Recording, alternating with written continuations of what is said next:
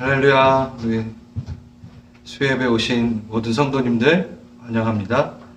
오늘 이사야서 31장, 32장 우리가 나갈 차례인데요. 여러분 성경책을 꼭 펴주시고요. 저희가 따로 PPT 자막을 준비하지 못했기 때문에 꼭 말씀을 펴주시고 함께 하셨으면 좋겠습니다. 31장은 우리 저번 주 30장을 반복하는 것처럼 이제 보이실 거예요. 그래서 내용이 아주 비슷합니다. 근데 30장을 축소한 것처럼 30장은 33절로 되어 있거든요. 근데 31장은 9절로 9개의 절로 되어 있습니다. 애굽을 의지하는 것에 대한 이야기를 반복하고 계세요. 말씀이 이미 30장에 이렇게 선포되었는데 이스라엘 백성에게 선포를 이미 하였는데 이사야가 왜 또 얘기할까요? 그것은 반응이 없기 때문이겠죠. 변화가 없기 때문에.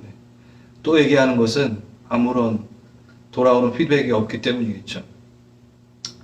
왜 하나님은 말씀하시는데 그 말씀에 대한 반응을 못할까? 그건 그냥 말씀을 반응하지 않는다라는 차원보다는 그 권위, 하나님의 권위를 내 영 가운데, 내 삶 가운데 실어드리지 않기 때문인 것이죠. 그 사람에 대한 권위가 바르게 세워져 있고 인정이 되어진다면 그가 말한 것, 그 왕이 말한 것을 당연히 지켜내겠죠. 근데 가볍게 여김입니다. 다시 주님이 똑같이 말씀하신다는 것은 우리가 하나님의 권위를 인정하지 않았다라는 거죠. 그것을 바로 교만이라고도 이야기하죠. 우리 또한 말씀을 듣고 또 일주일 전에 또 똑같은 말씀을 들었지만 우리의 삶 가운데 이 부분을 다시 정리해 나가지 않으면 하나님이 또 말씀하십니다. 그것은 바로 우리가 주님 앞에 주님께 권위를 드리지 못한 것이고 우리의 교만함을 나타내는 모습이겠죠. 네, 31장 보겠습니다. 1절. 성경에 나오는 애굽은 이제 세상을 이야기하는 거죠. 도움을 구하려 애굽으로 내려가는 자들에게 화가 있을진저. 그들은 말을 의지하고 병거 많음, 마병이 심히 강함을 의지하고 이스라엘의 거룩하신 이를 앙모하지 아니하며 여호와를 구하지 아니하나니. 네, 2절. 여호와께서도 지혜로우신즉 재앙을 내리실 것이라. 그의 말씀을 변하게 하지 아니하시고 일어나사 악행하는 자들의 집을 치시며 악행을 돕는 자를 치시니라. 애굽이 무엇을 의지했죠? 애굽의 말들과 병거, 그 강함을 의지했습니다. 그것을 의지한 것은 바로 이스라엘 거룩하신 하나님을 앙보하지 않은 것이다 라고 정의를 내립니다. 방금 앞에서 말했던 것처럼 동일하게 그의 권위를 인정하지 않았기 때문에 다른 데 눈을 돌리는 거죠. 그래서 눈에 보이는 열강의 강대국의 그 모든 것들을 그런 물질들이라든가 힘들을 의지하게 되는 겁니다. 하나님은 이렇게 될 것을 이미 아셨어요. 신명기 17장 16절에 보면요. 신명기는 벌써 광야에 있을 때 하신 얘기입니다. 그러니까 이스라엘 백성이 세상과 같은 시스템, 그냥 왕을 구한 게 아니라 이방과 같은 왕을 구했던 거거든요. 그래서 눈에 보이는 왕, 바로바로 우리를 위해서 칼 들고 나아가서 싸우는 눈에 보이는 왕을 달라라고 하실 것을 하나님은 알고 계셨어요. 그래서 신명기 17장에 왕 되는 자는 말을 많이 두지 말 것이요 말을 많이 얻으려고 그 백성을 애굽으로 돌아가게 말 것이니 이는 여호와께서 너에게 이르시기를 너희가 그 이후에는 그 길로 다시 돌아가지 말 것이라 하셨으며 정확하게 이사야서의 이 상황을 하나님께서 알고 계셨습니다. 우리 날마다 우리 성도들은 애굽을 의지하느냐 아니면 애굽을 의지하지 않겠느냐 하나님을 의지하겠느냐라는 싸움인 것 같아요. 사람을 의지하는 것, 재물을 의지하는 것, 권력을 의지하는 것. 아무리 강조하여도 우리는 이 부분에 대해서 많이 넘어집니다. 그런 자들에게 하나님은 뭐라고 하시나요? 애굽은 사람이다. 3절 신이 아니다. 그들의 말들은 육체고 그들의 말들은 육체요 영이 아니다. 여호와께서 그의 손을 펴시면 돕는 자, 그 애굽도 넘어질 것이고 도움을 받으려고 하는 이스라엘도 엎드려질 것이다. 하나님의 눈에는 애굽은요 정말 아무것도 아닌 보잘것없는 것으로 보여집니다. 영의 눈으로 보았을 때 그 육체와 그 갖고 있었던 그들의 말들과 병거들은 하나님의 신, 하나님의 영에 대비한다면 정말 가치가 없는 것이라는 거죠. 그런데 계속 애굽으로 돌아가려고 하는 이유는 왜 애굽으로 돌아가려고 할까요? 본인에게 부족하다, 뭔가 부족함이 있다라고 자꾸 인식하기 때문입니다. 맞습니다. 우리가 세상을 바라보고 세상으로 돌아가려고 하는 것은 우리에게 있는 하나님의 은혜가 부족하다고 스스로 착각하며 인식하기 때문이죠. 보잘것없는 것을 하나님의 것보다 더 귀하게 여긴다는 것. 그것은 우리 안에 계속해서 부족함, 내 안에 있는 쓴뿌리들, 아픔들, 상처들, 그것으로 인해서 내가 완전해지지 못하고 내가 하나님의 형상을 닮아가지 못한다라는 그런 모습들이 바로 애굽으로 돌아가려고 하는 모습들을 낳게 하는 것입니다. 우리는 그 애굽으로 돌아갔을 때 얼마나 초라하게 되는가를 배워야 됩니다. 신앙생활을 하면서. 그쵸. 다시 애굽으로 가봤자 노예로 돌아가는 거잖아요. 죄의 노예, 사단의 노예. 400년 동안 노예였다가 이렇게 건져냄을 받았는데 다시 또 노예가 되겠다. 이제는 우리는 왕 같은 제사장입니다. 왕입니다. 아까 신명기 읽어드렸던 것처럼 이제는 하나님께서 주신 것들을 어떻게 사용해야 되는지 지혜를 발휘해야 될 것이고, 우리가 갖고 있는 것으로 만족하고 우리가 무엇을 갖고 있는가를 셈해 보아야 됩니다. 받은 복을 세워 보아라. 그 찬양 있잖아요. 그래서 저번 주 말씀 중에 제가 이런 말씀을 드렸습니다. 우린 가진 것이 많다고. 바로 예수가 있다고요. 우리가 부를 통하여 재물을 통하여 하나님의 사랑을 확인하는 것이 아니라 내 안에 예수를 통하여 그것을 확인한다고 말씀을 드렸던 것 같습니다. 그렇다면 이제 그 예수가 우리 안에 있다면 우리가 그것을 어떻게 사용해야 될까요? 예수를 사용하는 것이 아니라 예수가 가진 그 풍성함을 사용해야 되는 것입니다. 우리가 물질로 나눌 수 있겠죠? 맞아요. 그런데 더 기가 막힌 것을 나누라 하십니다. 신, 영, 더 가치로운 것. 예수의 성품을 나누는 거죠.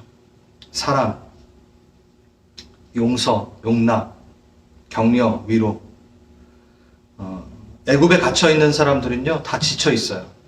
상처 받아 있고, 상심하고 있고, 곤비한 상태이고, 두려움이 있고, 또 화가 있고, 분노가 있고, 그 터진 웅덩이 속에 자신을 갉아먹고 있는 상태인 애굽에 사는 이들이 많습니다. 나 또한 그렇게 애굽의 상태로 돌아가기도 하죠. 그럴 때 우리는 하나님의 사랑, 하나님의 신실함을 우리가 충분히 누리고 갖고 있고 부유하다라고 하며 오히려 그것을 나누는, 그래서 하나님의 샘에서 영원히 터져 나오는 마르지 않는 그 샘물로 먹여야 되고 또 해갈시켜 줘야 됩니다. 그런데 참 우리는 영이신 그분과 동행하지 않으므로 세상 사람들보다 더 못할 때가 많죠. 그리스도인들이 하나님의 영광을 돌려드리는 일들이 참 많이 요즘에 없는 것 같아요. 그렇게 부족하고 어리석은 우리들에게 이스라엘 백성들에게 이렇게 말씀하십니다. 4절, 나 만군의 여호와가 너희와 싸울 것이다. 너를 보호할 것이다. 이렇게 얘기하십니다. 여호와께서 내게 이르시되 큰 사자 젊은 사자가 자기의 먹이를 움키고 으르렁거릴 때에 그것을 치려고 여러 목자를 불러왔다 할지라도 그것이 그들의 소리로 말미암아 놀라지 아니할 것이요. 예. 한 절 한 절 다 읽다 보면 좀 시간이 안 되기 때문에 제가 읽지는 않을게요, 앞으로. 으르렁거린대요. 사자가 먹이를 움켜쥐고. 그러니까 이것을 뭐라고 비유해서 얘기하신 거냐면 주님께서는 자기가 결정하시고 자기가 하실 일에 대해서 어느 누구가 와도 방해받지 않으신다라는 뜻입니다. 전혀 흔들리지 않으신다는 거예요. 움켜잡고, 우리를 움켜잡고 이렇게 보호하고 계신 거죠. 예, 여기서 보면은 으르렁거릴 때에 대한 히브리어 단어가 하가라는 단어입니다. 제가 일전에 많이 말씀드렸던 것 같아요. 하가 뭐죠? 이거를 시편에서는 묵상이라고 번역을 하였습니다. 주야로 묵상할지어다. 하나님이 우리를 이렇게 누구에게도 뺏기지 않을 것처럼 사자가 먹이를 움켜잡고 으르렁대는 거죠. 건들지 마. 이거 내 거야. 라고 하시는 그 보호. 그렇다면 그 보호를 받는 자는 다시금 우리는 하나님을 붙들고 묵상해야죠.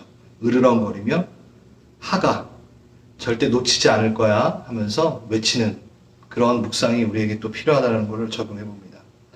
5절 예루살렘을 보호할 것이다. 그것을 호하며 건지며 뛰어넘어 구원하리라. 네, 새가 날개치며 새끼를 보호함 같이 나 또한 그렇게 보호할 것이다. 라고 동일하게 또 보호에 대해 얘기하십니다. 그러면서 그 보호할 때 너희가 해야 될 것들이 있다. 이제 회개를 촉구하시는 말이 바로 6절에서 9절까지 나옵니다. 너희가 심히 거역하던 자에게로 돌아오라. 심히 거역한다라는 것은 그냥 단순하게 떠난 것 정도가 아니라 고의적으로 하나님을 배역하고 거역한 것을 이야기하죠. 그러면서 7절 그들은 너희는 자기 손으로 만들어 범죄한 은우상 금우상을 그날에는 각 사람에게 던져버릴 것이며 자기 손으로 만들어낸 우리의 손으로 만들어낸 제가 이스라엘에 가가지고 발굴된 신상들을 본 적이 있는데 그때 신상을 보면요 이렇게 큰 신상만 있지 않았어요. 은신상, 금신상, 나무신상 많은 그런 신상들이 있었는데 그것은 한 손에 딱 움켜잡게끔 이런 모양으로 있었던 신상들이 있었습니다. 그거예요. 자기 손으로 만들어 손에 쥐고 있는 우상, 손에 움켜쥐고 있는 우상.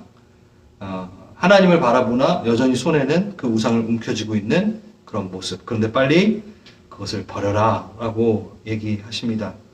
우리는 여전히 우리도 하나님을 바라보고 있다 하지만 어느 순간 금방 내 손에는 그 우상을 움켜쥐고 놓지 않고 있는 나를 발견할 때가 많죠. 그러면서 8절 아수르는 칼에 엎드려질 것이나 사람의 칼로 말미암지 아니하겠고 이것은 실질적으로 이사야가 사역 기간 중에 이사야가 사역했던 이 시기가 바로 히스기야 통치 기간인데요. 동일하게 이 일들이 예언적으로 성취되어지는 일들이 있습니다. 아수르가 18만 5천 명의 군사를 이끌고 공격하고 왔는데 여호와의 사자가 나타나서 이겨내죠. 사람의 손으로 싸우지 않았고 하나님의 신이 나타나서 그것을 성취해내고 이겨내는 것을 또 보여주시는 한 장면이 나옵니다. 그러면서 9절 그의 반석은 두려움으로 말미암아 물려가겠고 그의 고관들은 기치로 말미암아 놀라리라. 여호와의 말씀이라. 여호와의 불은 시온에 있고 여호와의 풀무는 예루살렘에 있느니라. 이게 무슨 얘기인가요? 하나님의 불이 임한다라는 겁니다. 그 예루살렘에. 예루살렘에 불이 임한다면 다 없어지겠네요? 그게 아니라 하나님의 불은 특징이 있습니다. 선별적으로 불태우시는 특징이 있어요. 불하면 이제 소멸하는 불하고 여러분 딱 기억이 나실 겁니다. The consuming fire. 신명기에 나오는 거죠. 소멸하는 불입니다. 나는 질투하는 하나님이라. 그래서 하나님 외의 것들, 하나님께로 붙어있지 않은 것들을 대적하는 것들, 대적자들, 하나님을 대적하는 것들을 불태우시는 소멸하는 불입니다. 그래서 말라기야 4장에서는 주의 날에 심판이 임하는데 그때 뭘 태우시냐면 죄악을 소멸하십니다. 그런데 출애굽기 3장에도 불이 나오죠. 그렇죠? 소멸하는 불은 아니지만 불기둥, 광야에 나타난 불기둥은 이스라엘 백성을 태우지 않습니다. 자신의 백성을 태우지 않습니다. 다만 추위를 막아주기도 하고 불로 그 백성들을 인도하는 불이시죠. 그래서 여호와의 불은요 선별하여 태웁니다.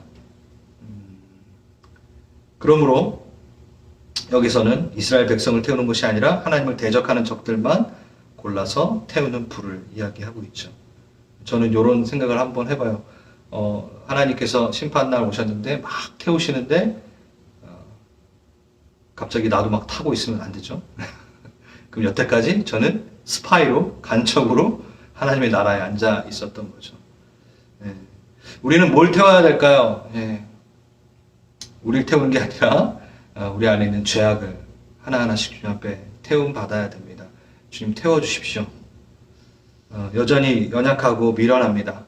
그래서 제 손에는 계속해서 세상을 들고 있고 여차하면은 이 세상의 것으로 나의 필요를 채우고 나의 위기를 넘기려고 하는 그런 거짓에 속고 있습니다.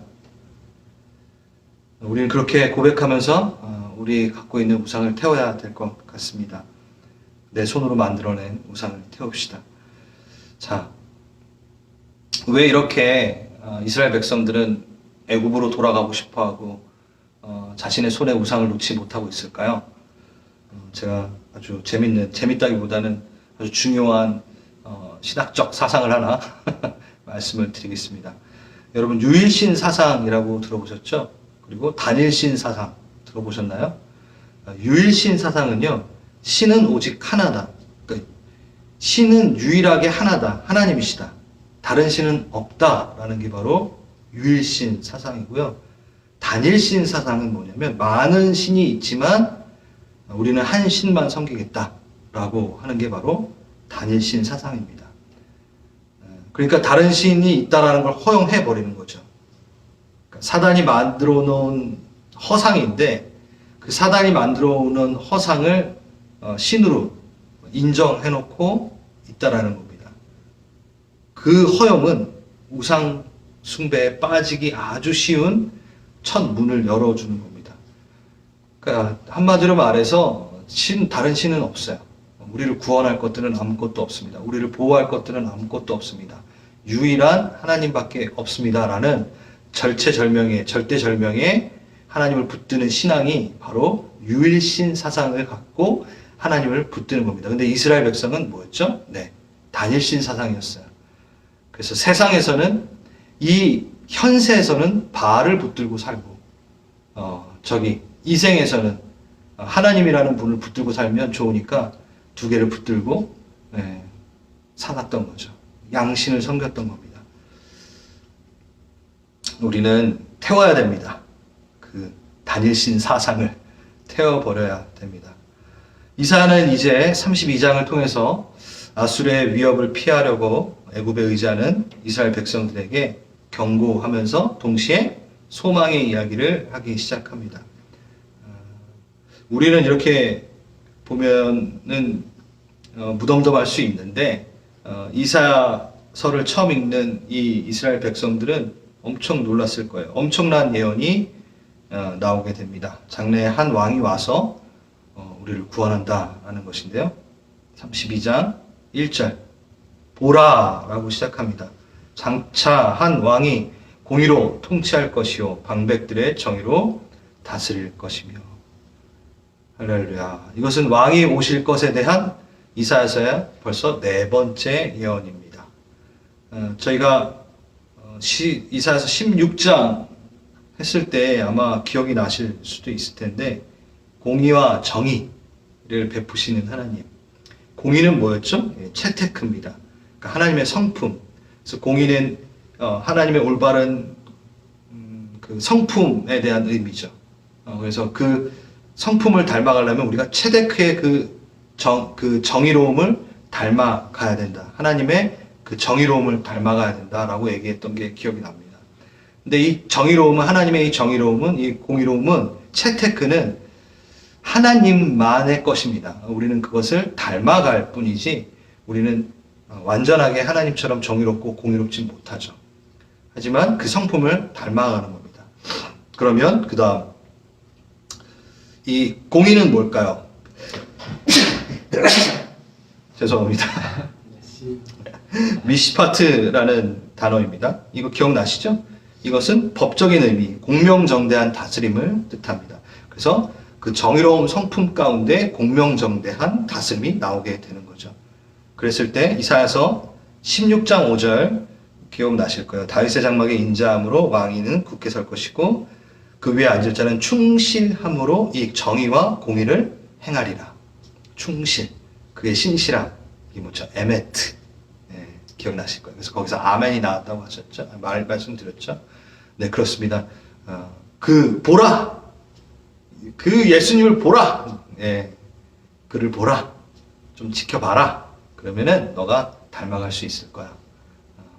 그의 신실함으로 나오는 공의와 정의를 너 또한 닮아갈 수 있을 거야. 너도 신실하게 그걸 닮아가. 에메트, 아멘으로 화답하면 좀 닮아가. 라고 얘기했던 것이 기억납니다. 네, 바라보아야 할 왕, 유일한 왕, 예수 그리스도. 한번 바라볼까요? 예수 그리스도. 그의 공명정대한 다스림, 공의, 정의. 우리가 이렇게 쉽게 말하지만 이 이스라엘 백성들은 너무나 이 왕을 기다리고 있습니다. 아직도. 이분은 관심이 뭐가 있냐면요. 권력을 갖고 있어요. 완전한 왕이세요. 그런데 그 왕은 자신의 권력에 관심이 없어요. 자기 백성들의 삶, 자기 백성들의 상태에 관심이 있습니다.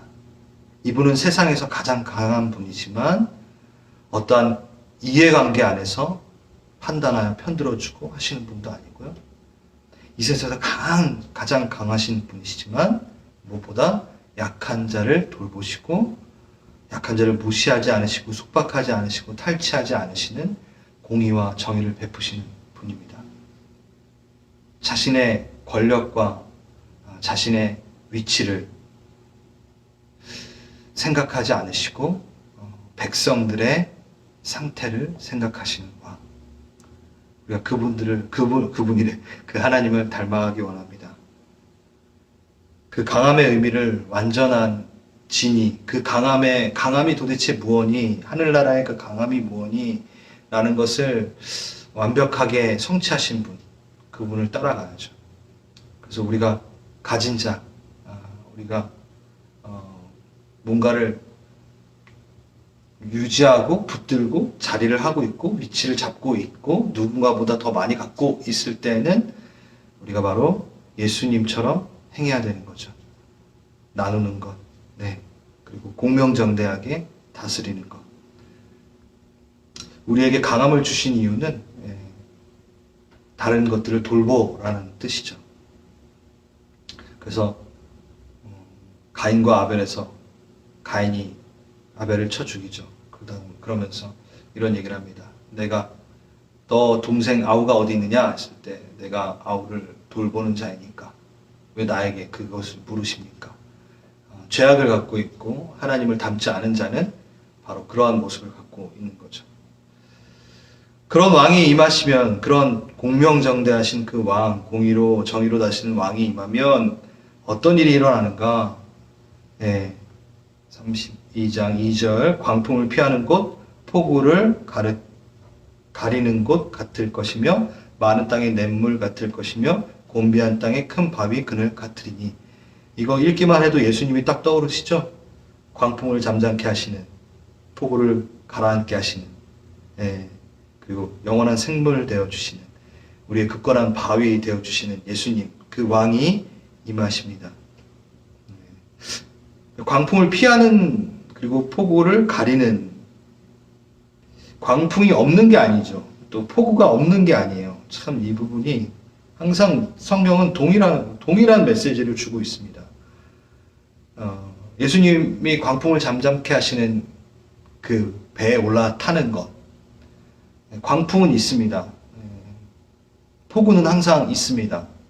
하나님 그것을 없애달라고 우리가 말하지 못해요. 있어요. 그런데 그거를 피하게 하시는 분이 바로 예수님이죠. 그래서 풍랑이 있고 없고, 우리 삶에 풍랑이 없었으면 좋겠어요. 솔직히 그 기도는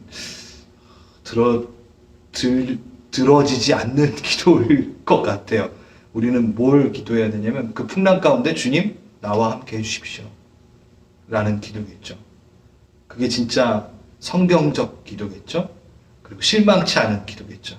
우리는 우리 삶에 풍랑이 하나도 없게 해주세요 라고 한다면 성경적 기도를 하고 있지 않은 것 같습니다. 누구와 함께 있느냐? 풍랑 가운데, 그 폭풍 가운데 누구랑 함께 있느냐? 그게 더 중요한 문제인 것 같습니다.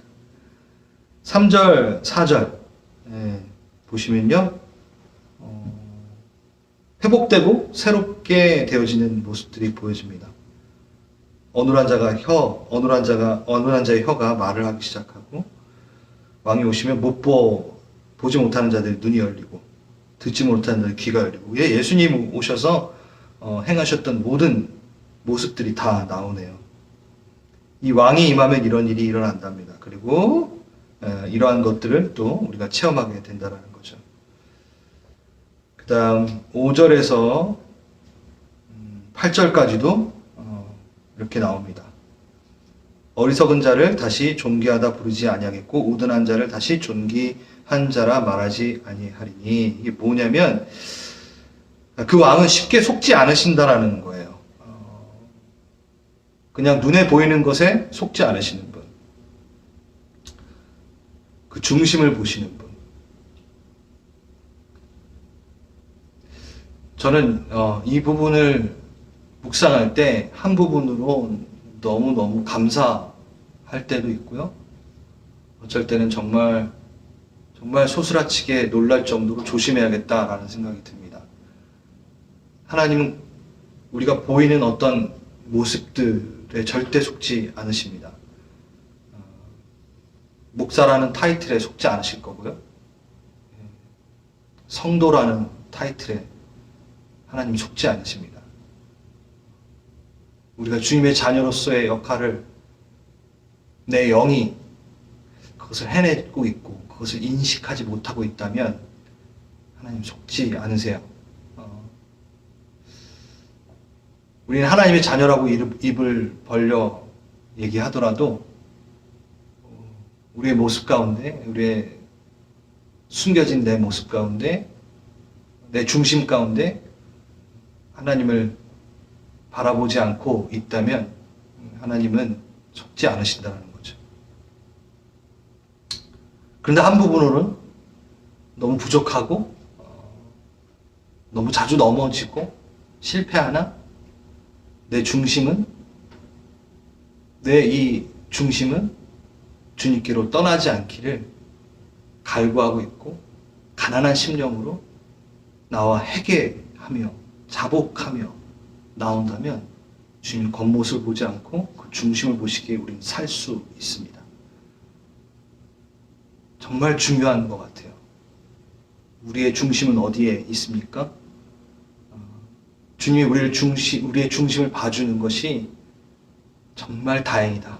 정말 다행이다. 라는 생각이 듭니다.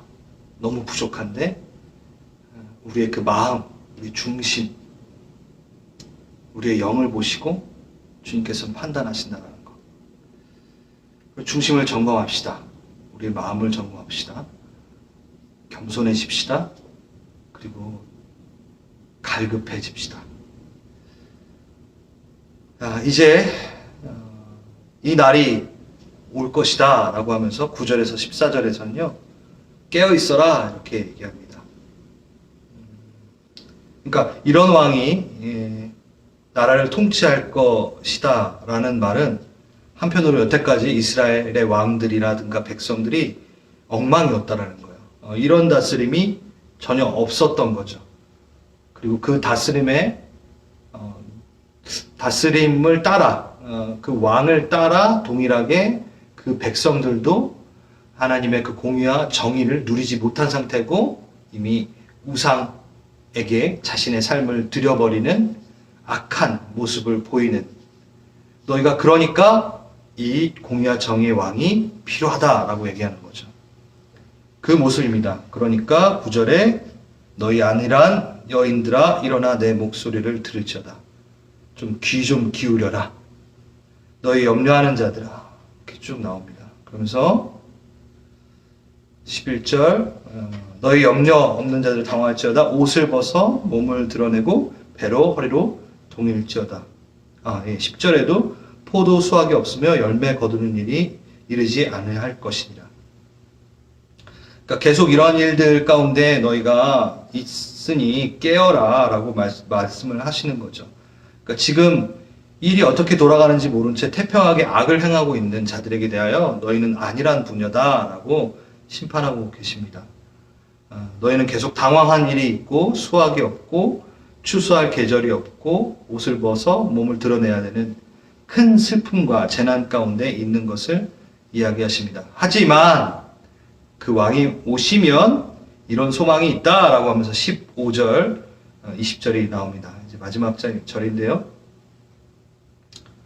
보세요. 마침내 위에서부터 영을 우리에게 부어 주시리니. 광야가 아름다운 밭이 되며 아름다운 밭을 숲으로 여기게 되리라. 정의가 광야에 거하며 공의가 아름다운 밭에 거하리니 공의의 열매는 화평이요 공의의 결과는 영원한 평안과 안전이라. 공의의 열매는 너무 아름답네요. 화평과 영원한 평화입니다. 이 공의의 삭슨 화평과 평안이니라. 죄의 삭슨 사망이니라. 갑자기 이 생각이 나네요. 그리고 18절, 20절 동일하게 얘기합니다. 자, 이사야서는 장차 오실 메시아를 예언하고 있을 뿐 아니라 뭘 예언하고 있죠? 성령이 오실 것을 말하고 있습니다. 마침내 위에서부터 영을 우리에게 부어 주시리니. 15절. 이 성령이 오신다라는 예언은요, 이사야만 한 것은 아닙니다. 에스겔서에도 나오고요, 요엘서에도 나옵니다. 유명한 말씀들이죠, 다. 그런데 이사야서에서 제일 많이 이 성령의 오심을 예언하고 있습니다. 이스라엘 백성들이 어떤 상태죠? 지금 이사야서가 계속해서 하나님을 떠난 상태죠. 패역한 상태죠. 스스로 죄악을 품고 신음하고 있을 때 하나님의 말씀을 듣지 않고 반응하지 않고 있고 돌이키지 않고 있을 때 나오는 하나님의 약속은 놀랍게도 첫 번째 메시아를 보내겠다, 그리고 성령을 보내겠다. 두 약속입니다. 감사하게도 너희를 다 불태워서 없애버릴 거다 라고 아니라 스스로 죄악 가운데 있을 때 하나님의 약속의 초점은 왕을 보내시고 성령을 보내신다는 겁니다. 오늘 우리는 이 예언이 이미 성취된 상태에 살고 있습니다. 왕이 오셨죠. 그리스도가 이 땅 가운데 2000년 전에 오셨고, 그리고 성령이 우리 안에 임재하시고 동행하십니다. 이사야서는요, 예수님 오시기 전 700년 전에 쓰여졌어요. 그러니까 이사야서를 쓰고 있는 이사야나 이 이사야서를 보고 있는 이스라엘 백성이나 700년 후에 이제 주님이 오시게 되는 것을 이제 예언한 상태인 거죠. 700년 후에는 각각 성령이 그 머리 위에 임하게 됩니다. 그리고 그 인치심을 받게 되죠. 바로 우리죠. 그런데 유대인들은요, 아직도 2700년 전에 예언된 걸 아직도 기다리고 있어요. 아직도 메시아를 기다리고 있고, 아직 성령의 인치심을 받지 못한 상태죠. 제가 이 얘기를 왜 하냐면요, 구약시대의 이사야나 그 시대에 있었던 이스라엘 백성이나 지금 유대인이나 엄청 부러워할 사람들이 누구냐면 우리라는 거죠. 우리는 이걸 다 누리고 있다는 거죠. 오늘 이 밤 너무나 당연시 여겼던 그 공명정대하신 공의로 정의로 베푸시는 예수가 나의 왕이심을 감사하는 밤이었으면 좋겠고요. 그리고 이렇게 회복시키시고 언약을 품게 하시고 자녀 삼으시는 인치신 그 성령님에 대해 감사하는 밤을 보내야 될 것 같습니다. 언약을 품고 있다는 건 엄청난 일이죠. 여러분, 언약은요, 언약 궤에 불기둥과 구름기둥이 임했죠. 그 언약궤 안에는 뭐가 있었죠? 법궤가 있습니다. 두 돌판이 있습니다. 바로 하나님이 계신다라는 상징이 바로 그 법궤였죠. 그러니까 하나님의 법이 이제는 어디로 들어왔죠? 우리에게로 들어와 버렸습니다. 성령의 생명의 법이. 그래서 우리는 그 언약을 품고 있는 언약궤가 되었습니다. 이스라엘 백성들이 광야를 행진할 때 어디를 중심으로 하나님의 임재가 있었죠? 언약궤를 중심으로 하나님의 임재가 있었습니다. 그 언약궤는 한 곳에 머물지 않았어요. 참 재밌게도 구름 기둥이 먼저 움직이고, 그리고 제사장들이 그 구름 기둥을 따라 정확하게 그 구름 기둥 위에 언약궤 위에 구름 기둥이 있게끔 쫓아다녔어요. 우리는 언약궤입니다. 구름 기둥 되시는 하나님의 그 걸음을 따라서 성령에 전된 우리 언약궤는 그 구름 기둥 따라 이 땅을 살아야 되고, 하나님이 가라는 곳, 하나님 멈추라는 곳, 하나님이 있으라는 곳에 있어야 되는 거죠. 어느 자리든 하나님이 임재하시면 거기는 뭐가 되죠? 그 중심으로 성막이 형성이 되는데, 그 언약궤가 멈춰진 곳은 바로 지성소가 됩니다. 그래서 여러분 너무 뵙고 싶어요. 여러분의 가정의 그 자리가 바로 지성소입니다. 여러분이 언약궤이기 때문이고, 언약궤는 그 언약을 품고 있기 때문에 언약궤이죠. 만약에 여러분이 언약을 품고 있지 않다면 여러분 그냥 빈 궤짝이 되는 거죠. 하나님은 우리에게 이 선물을 주셨습니다.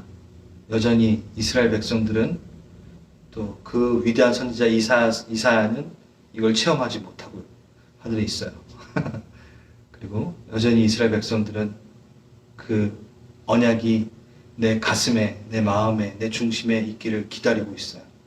근데 우리는 이미 그것을 누리고 있다는 거죠. 감사함으로 그 언약을 우리가 붙잡고 있어야 될 것 같습니다. 우리는 완전하게 하나님의 소속이 되었고 가족이 되어버렸습니다. 우리는 이미 하늘의 기업을 약속받은 자로 지금 서 있는 겁니다. 무엇이 두렵고 무엇이 부족하다 말입니까? 그렇죠?